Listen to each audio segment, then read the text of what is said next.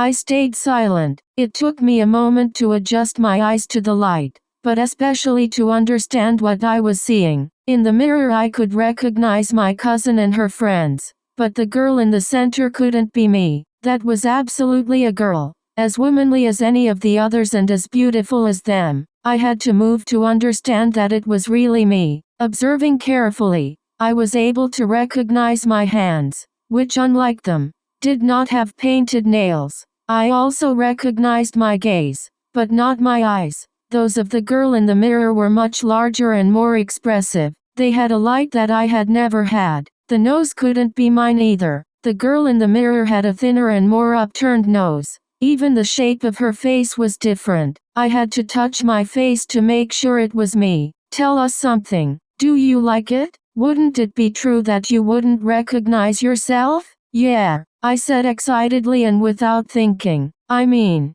no.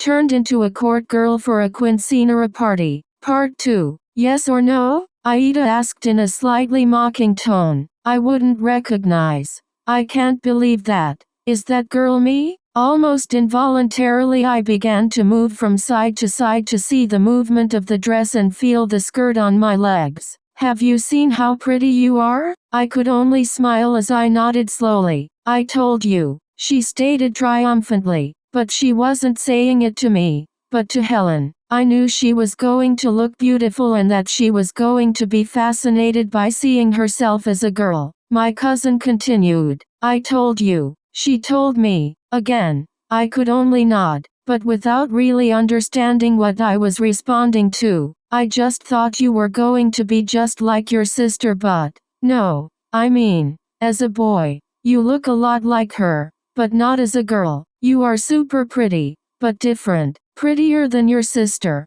said Yvonne. Once again I couldn't help but smile like a fool. Come, we need to paint your nails. They took me to the television room where everything had started and sat me in a chair. No, Helen said, if you're going to be a girl, you have to learn to behave like a girl. Stand up again. They explained to me that I should sit with my legs together, and stretching my skirt at the same time. Immediately afterwards, I should put my knees to the side or cross my leg. After about 3 tries, they approved my sitting and started painting my nails. Everything was almost surreal. Suddenly I was there being the center of attention of a group of beautiful girls, but not in the way I had dreamed about it, as a boy, but as one of them. And the strangest thing of all, I was enjoying every moment and every sensation, like I had never imagined. So much so that I didn't even realize how much time had passed until we heard a noise and saw my aunt standing at the door. I was terrified and felt my face turning red and my legs start to shake. My cousin and the other girls just managed to start laughing as if everything was just a joke.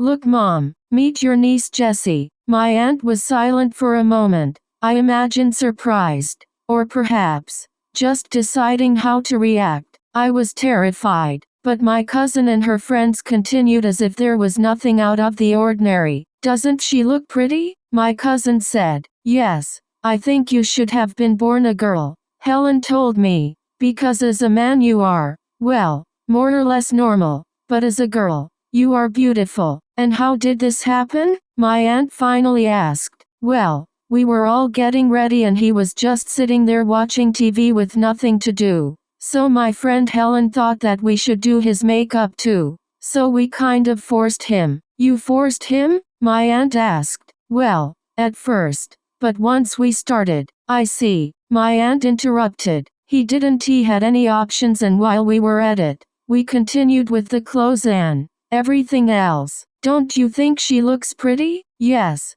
very pretty, said my aunt while looking at her watch. But we have to go now. Oh yes, it is true. Hurry to change back. My cousin told me. No, we don't have time anymore, my aunt said. Wait for me just a moment. Here are my clothes. I'll change quickly and we'll go. I said. No, if we wait for you, even for 3 minutes, they won't receive us. And I don't know when they can give us another appointment for all of us together, said my aunt. Okay, then, if you want, I'll wait here. My aunt looked at me as if assessing the situation. No, I don't know how long it's going to take us and there's not even food here. So there's no other option. Just go like this. I felt the blood drain from my face. I didn't know what to say. But hurry, we're not going to get there on time. My aunt insisted. I stood paralyzed for a moment. Don't worry,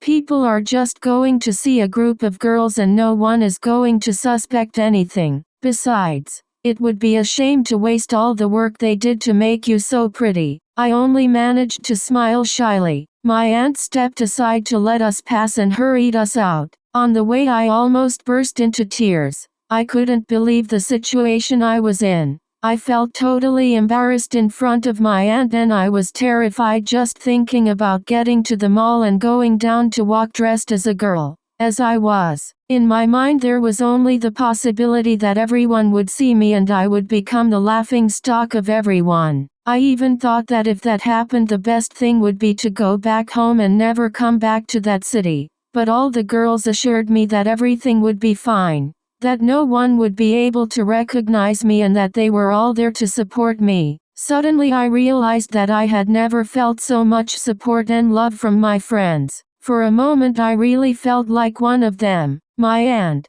who was driving but could hear the whole conversation, assured me that I had nothing to worry about, and told me that on the contrary, what I should do was take advantage of the opportunity to live this day as one of the girls and enjoy it, because I would probably never have another opportunity like that. Although her comment seemed strange, I realized that she was right and I even wondered if she could somehow tell that I had been enjoying all the feminine activities I had had in those days. From taking Helen's place for rehearsals, learning to dance in heels and move like a girl, and especially what was happening at that moment, being made up and dressed up by my cousin and her friends. As my aunt said, this could be my only chance in life to live a day as a girl. So I did my best to stop worrying and almost without realizing it, I started to enjoy it. We arrived at the mall and from the moment we got out of the car, I felt totally exposed and self-conscious. In the car I hadn't even had time to notice the dress, but as we walked, I felt the air and the dress on my legs. I could hear the sound of my heels, my neckline, my hair, even the weight of the mascara on my eyelashes. At times I was overcome with fear, but sure enough, they were all with me. They surrounded me and we all walked together. Once inside the mall, even though everyone had told me to walk as if nothing was happening and not look at anyone, I couldn't help but pay attention to the face of anyone who passed by, looking for some expression or look that showed they realized I was nothing more than a boy in a dress. But no one seemed to notice. In the aisles, I suddenly saw our reflection in the mirror of one of the display cases and I was very surprised to see nothing but a group of girls among whom I couldn't even recognize myself at first glance. We went directly to the store where they had bought the dresses and they took us to the second floor, where there was an open space with armchairs, a couple of dressing rooms, mirrors and a small platform in the center. Evidently they were waiting for us because there was already a seamstress there and the quinceañera and bridesmaid dresses were hanging in front of the dressing rooms, each one with a tag with the name of the girl who would wear it. "Welcome. Are you ready for the big day?" the seamstress asked as she took one of the dresses and read the label. They all responded excitedly. "Today is the first fitting of the dresses. For the moment, each one is made with the measurements we took a couple of months ago. But since your bodies are changing, with the measurements we take today we will make all the adjustments so that in the next fitting, they fit you perfectly." The seamstress gave each of them their dress. They changed in the dressing rooms and one by one they went to the center stage, where the seamstress took measurements, put pins to adjust the waist, the neckline, the length of the skirt and everything. I simply waited,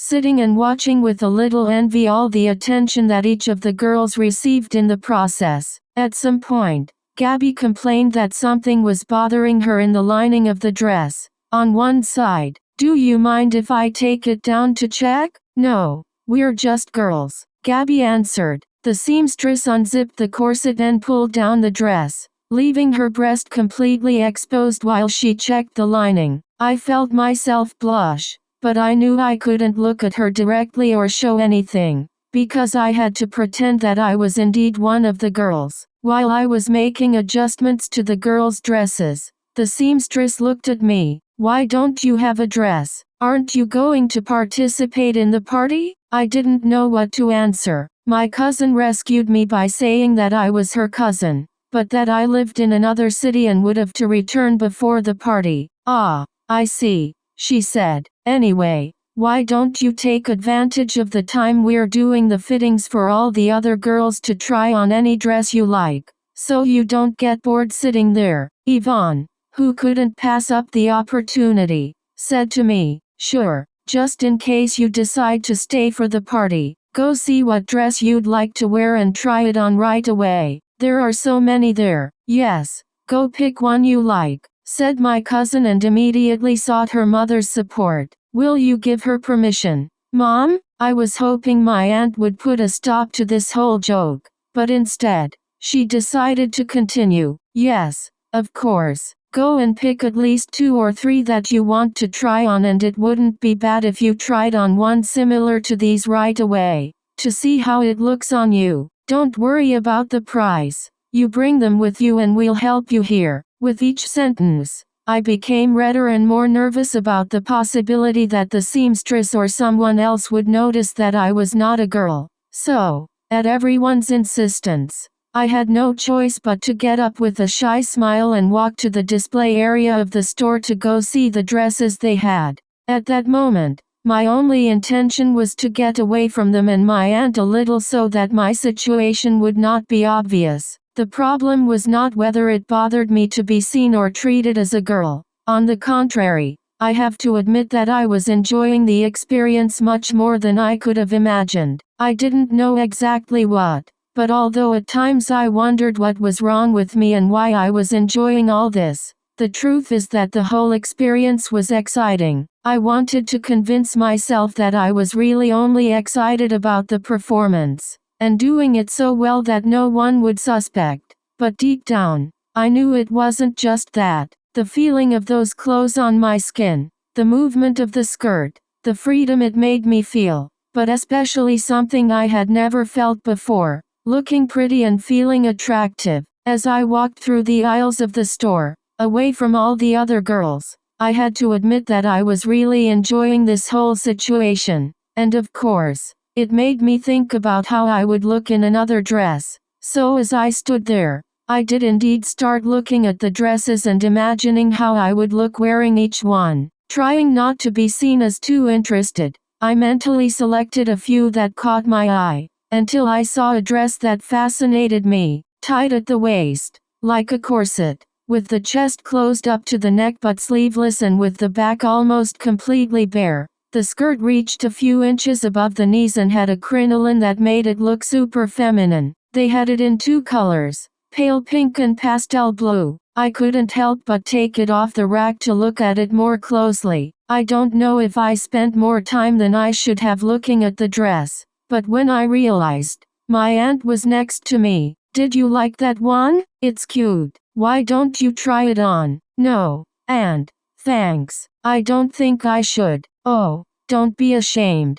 Put it on, even if it's just to see how it looks on you." Without asking any more questions, she took me by the hand and led me to the dressing room. "Do you need help?" "No, thanks." Once inside, without any look that made me feel guilty, I looked at the dress again and recognized that I did wanted to wear it and that I would probably never have another chance like that.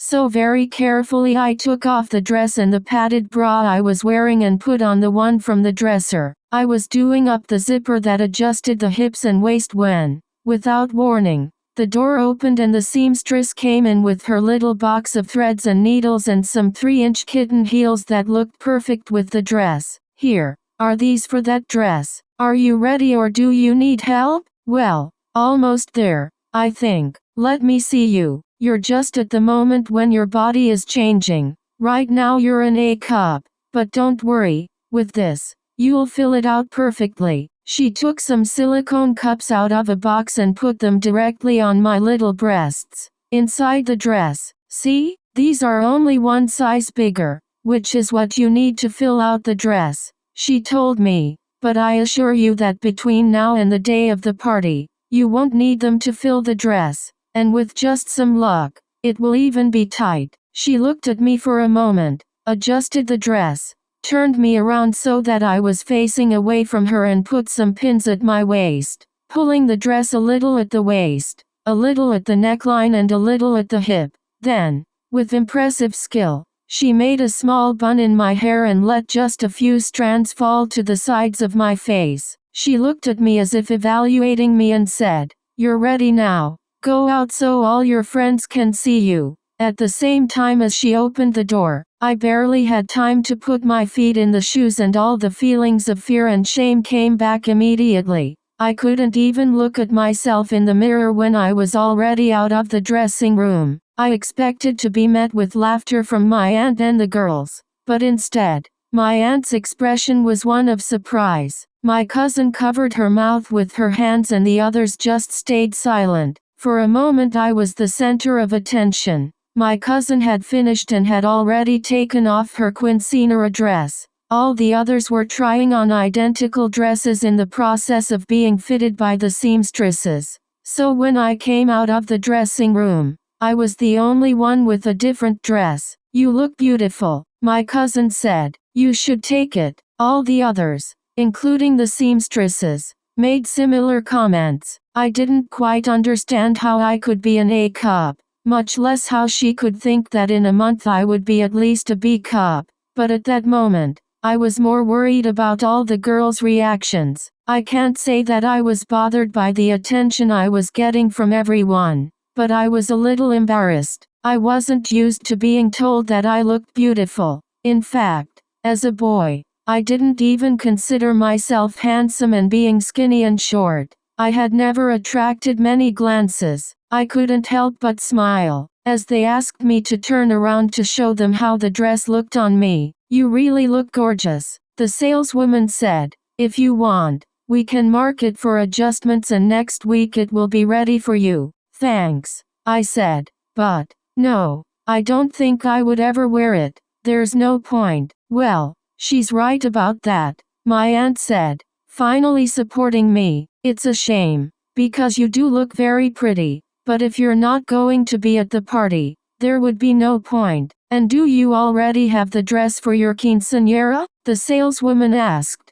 "Because if not, you might as well put it aside." "No, I'm not going to have a party," I said. "But why not?" "It's the most important day for any girl, because her parents decided to send her to Europe instead of the party," my aunt said to rescue me. "Oh, well, if that's so, enjoy your trip," the saleswoman said resignedly. As my aunt led me back to the dressing room, I was surprised to feel a slight disappointment at not being able to take the dress or at least enjoy it for a few more minutes. But after a quick glance in the mirror, I entered the cubicle, took it off very carefully and put back on the dress I had arrived in, which at that moment, did not seem to be anything out of the ordinary. When we left the store, all the girls were happy with how their dresses turned out, especially my cousin, who asked her mom if we could stay for lunch and later go to the movies to celebrate that almost everything was ready for the big day.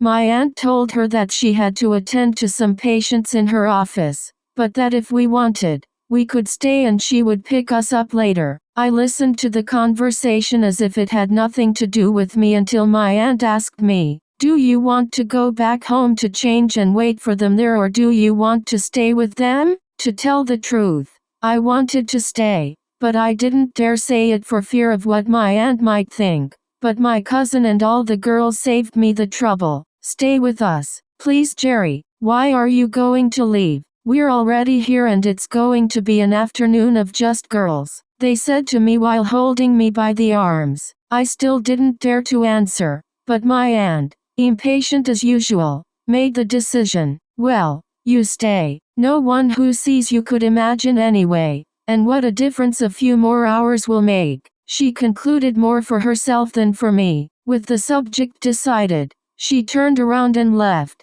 leaving me there, with my cousin and the girls whom I was beginning to consider my friends as well. The only thing I hadn't realized until that moment was that they were also beginning to see me more as a girlfriend than as a boy. I must admit that the afternoon was very fun. We went with Yvonne to buy a dress, Claire's, which surprised me with the number of cute accessories they had. Kitten bracelets, chains with different designs and any cute charm you can imagine. Keychains, earrings, bags, everything. I had never entered one of these stores and I loved being able to spend time admiring so many things that as a boy, I could never do without receiving strange looks. Of course, they all ended up buying something, and before paying, Gabby asked me if I wasn't going to take the kitten earrings I liked. What for, if I can't wear them? I replied. Then she showed me a sign on the window that said,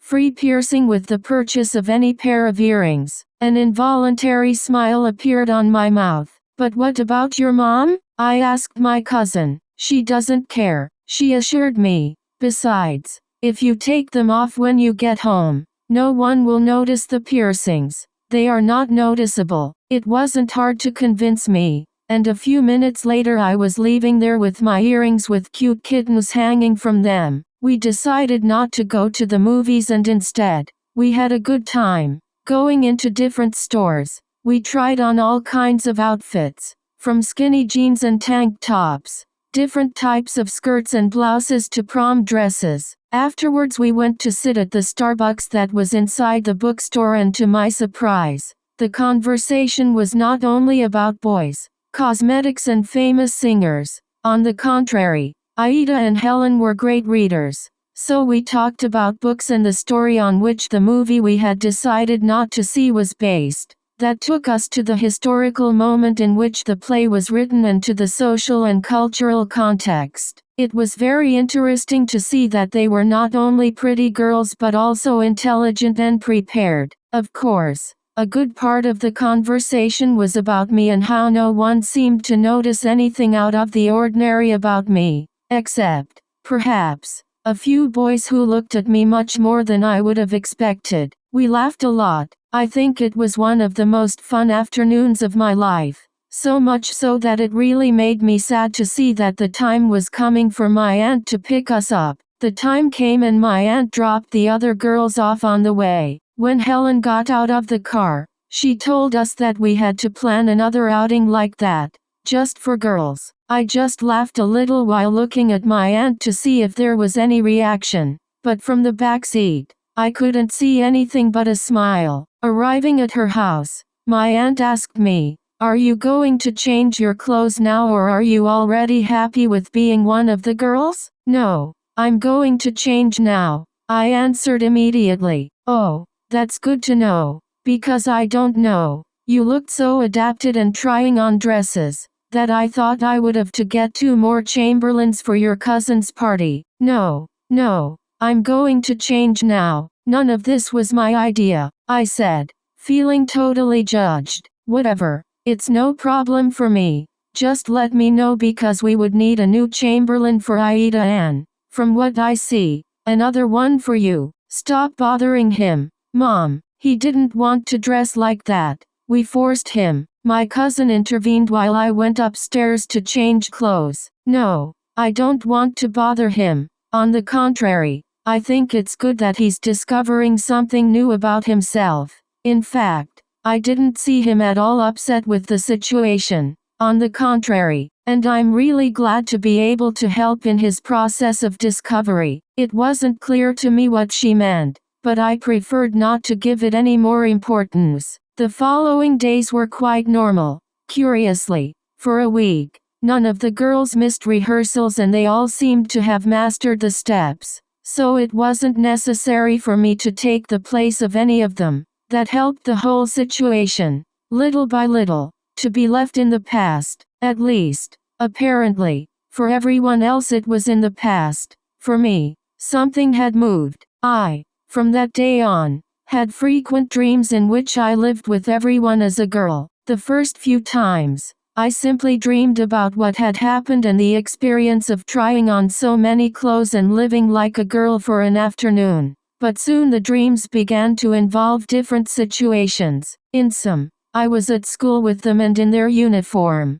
In others, I was at my school or at home with my family and everything seemed normal except that in all of them I was a girl. I imagine that the same dreams began to provoke different emotions and sensations. For example, when we went to the mall, I discovered myself looking at the clothes or accessories and thinking how they would look on me. But what worried me the most was that sometimes, when the girls arrived, especially Helen, who was almost always dressed up and beautiful, I not only admired her beauty, as I had done since I met her, but now, I felt something more. I paid attention to their movements, their clothes and makeup, as if I wanted to learn, even with a little envy. Every time those thoughts invaded me, I tried to avoid them and distract myself by thinking about something else, but I couldn't deny that I had enjoyed that afternoon, undoubtedly, much more than I wanted to admit. That's all for today. This story will continue the next week or so. If you like this story,